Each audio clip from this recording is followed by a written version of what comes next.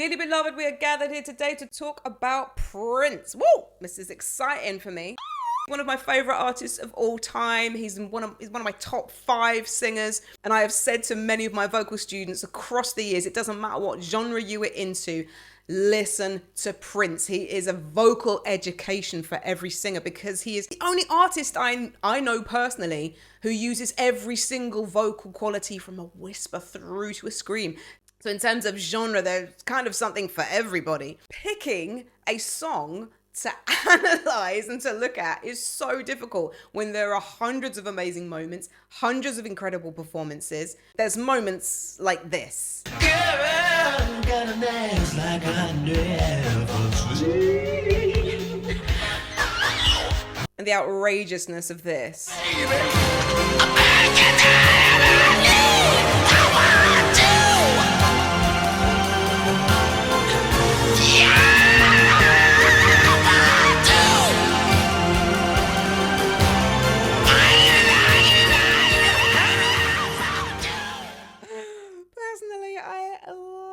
I looked at so many live videos because he's amazing at this.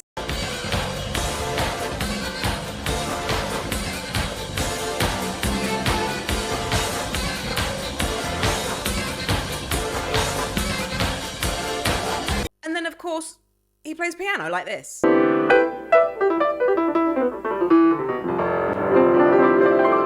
And guitar like this. And the bass.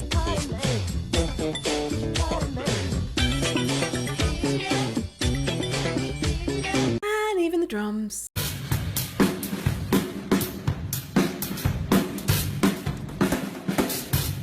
I mean, there's so much to pick from. Where do you even begin an analysis? So I decided to go for The Most Beautiful Girl in the World because it's a gorgeous tune and it's his only UK #1 hit. I don't know why that was his only #1 hit over here, but it's a massive tune, but it also has one of those outrageous moments towards the end of the song that I really want to highlight. We're going to take a little look at his vocal and musical stylings throughout, but there is one moment that is just such a joy.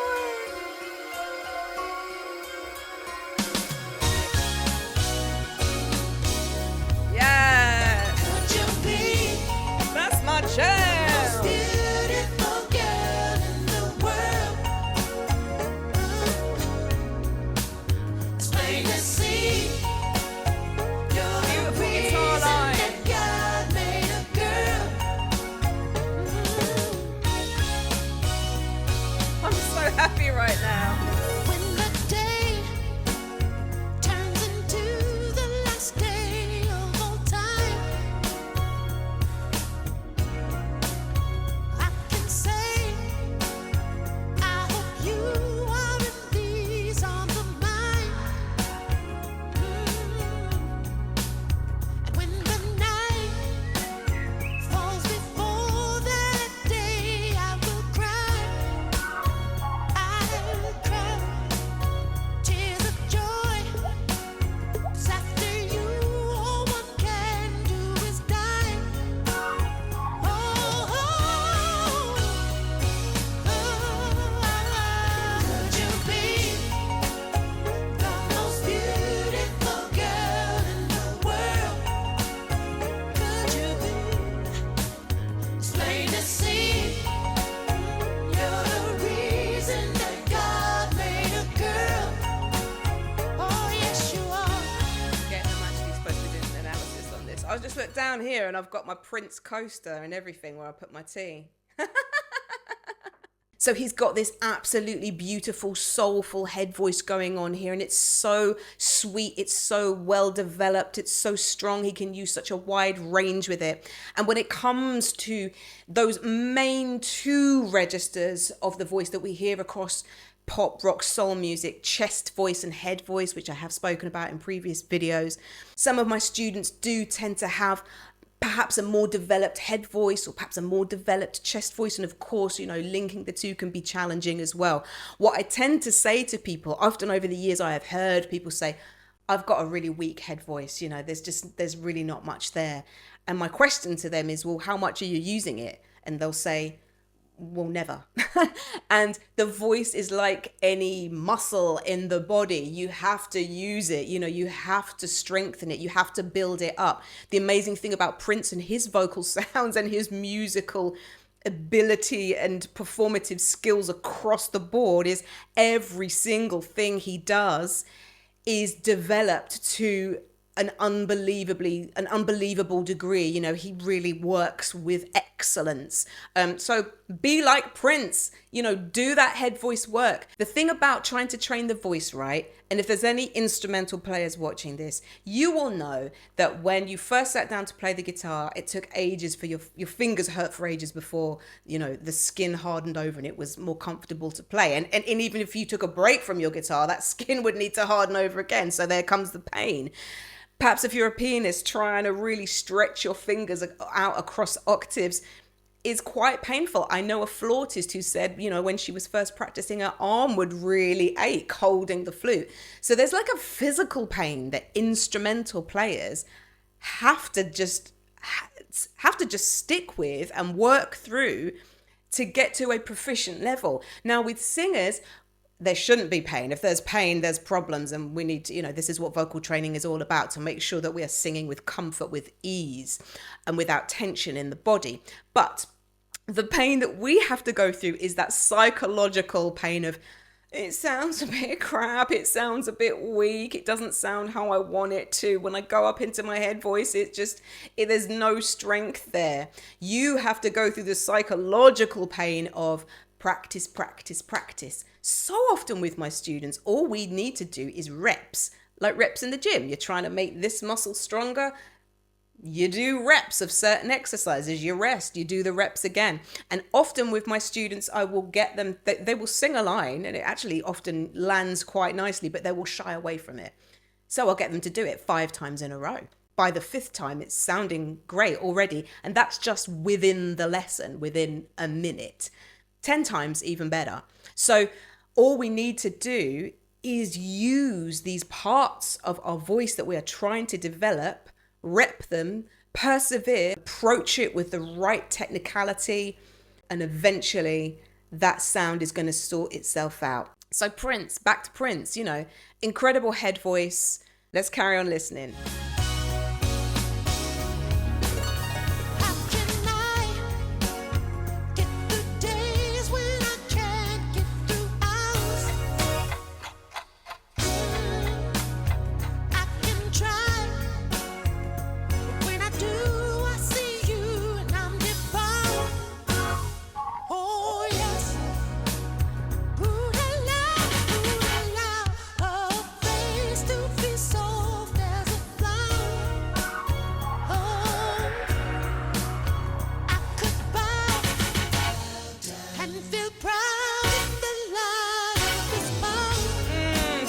Gospel.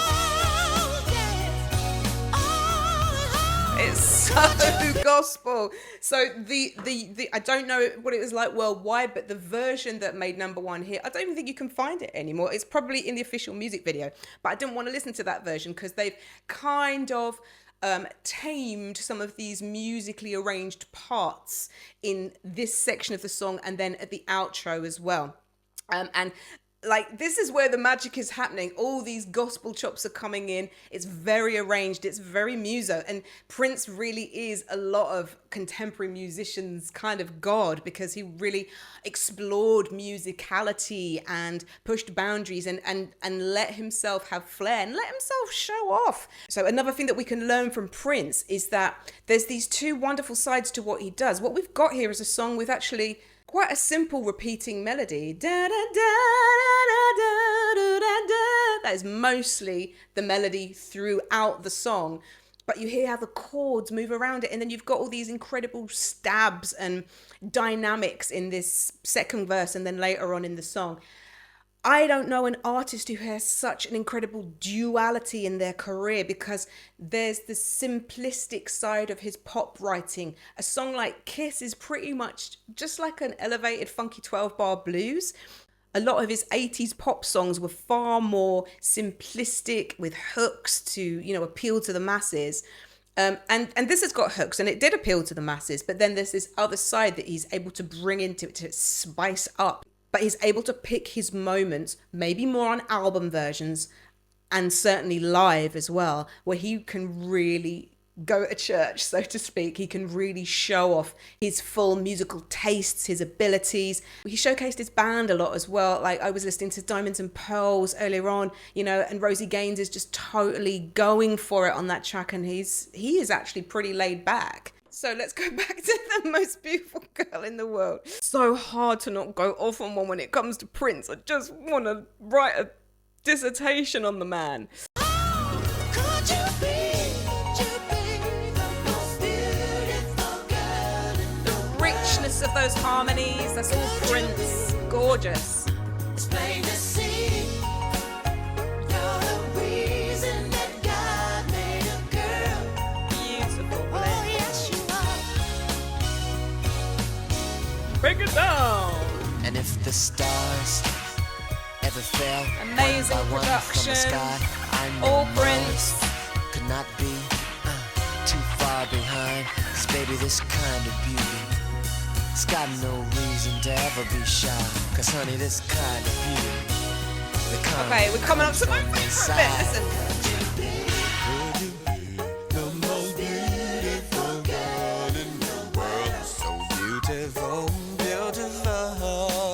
Okay, I have to stop it here, right? Because I need to explain to you so you know what you are listening out for on this section. On that last line that we heard, I can't even go that low. I can't get down there. It's an F sharp 2. So beautiful, beautiful. He twangs it down and then comes up with this lovely, beautiful, warm, beautiful, beautiful, gorgeous texture in his low range, all the way down to that F sharp 2. And then he is about to jump up 3.5 octaves. He does this within the space of a few bars in a pop song that got to number 1. Who does this? No one does this. It's plain to see you're the reason that God made a girl.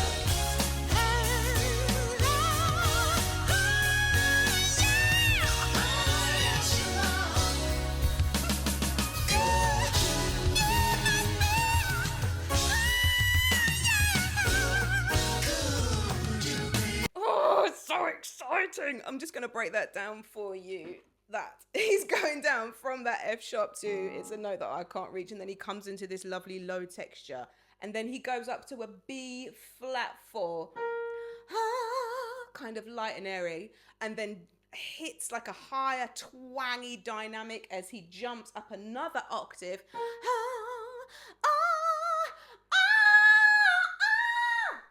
Up to a B flat 5.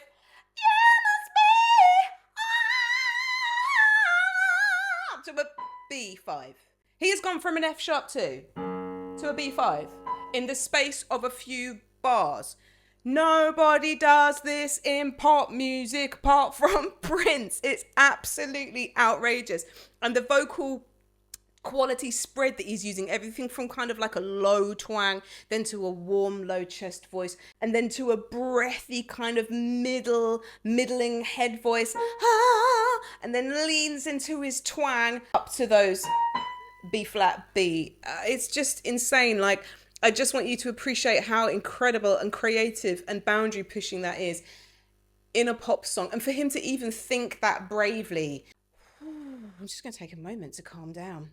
Let's listen to, again, the sort of gorgeous gospel arrangement, the harmonies, the way that he ends this song on the album version compared to the single version, which is just a boring fade out. Listen to this.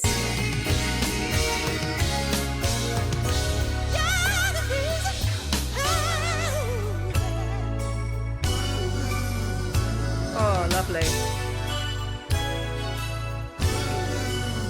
Getting down to those exceptional low notes.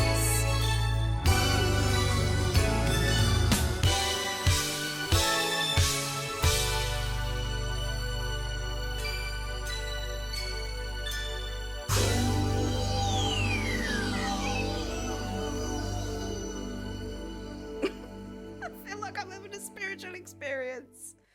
Ah, so gorgeous. Like, ooh, ooh. I can't do it, but yeah, his beauty. He does that quite a lot on record, like this gorgeous, sexy flip in between chest and head voice. It's really textural. A lot of his singing, I think, is delving into different textures of singing across the song. If you go and listen to this properly, the textures, the range, the vocal qualities that he's using, written, arranged, produced by Prince.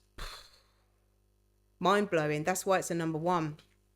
So, as I said, we can all learn from Prince. Even in the other little clips that I've played today, you can hear him do everything from soft and sexy through to a full-on raging scream. Every sound is fully developed. Every instrument that he plays, he could just go and do that as a professional gig. But he's doing all of it, and the writing and the producing and the dancing. How did he find the time? Because he was already this developed by the time he came out, when he was like 18, 19 years old. I just don't think he's from this dimension. He's from the purple dimension. We've learned that he is able to take simplistic musical motifs which create hits. The arrangement around those hooks is what really shows off his incredible musical skill. If this hasn't highlighted some of his skill and what many call genius, and I'm included in one of those people that would say that, then please go check him out further. Please delve into his catalogue. Please go watch some YouTube videos of him doing incredible performances.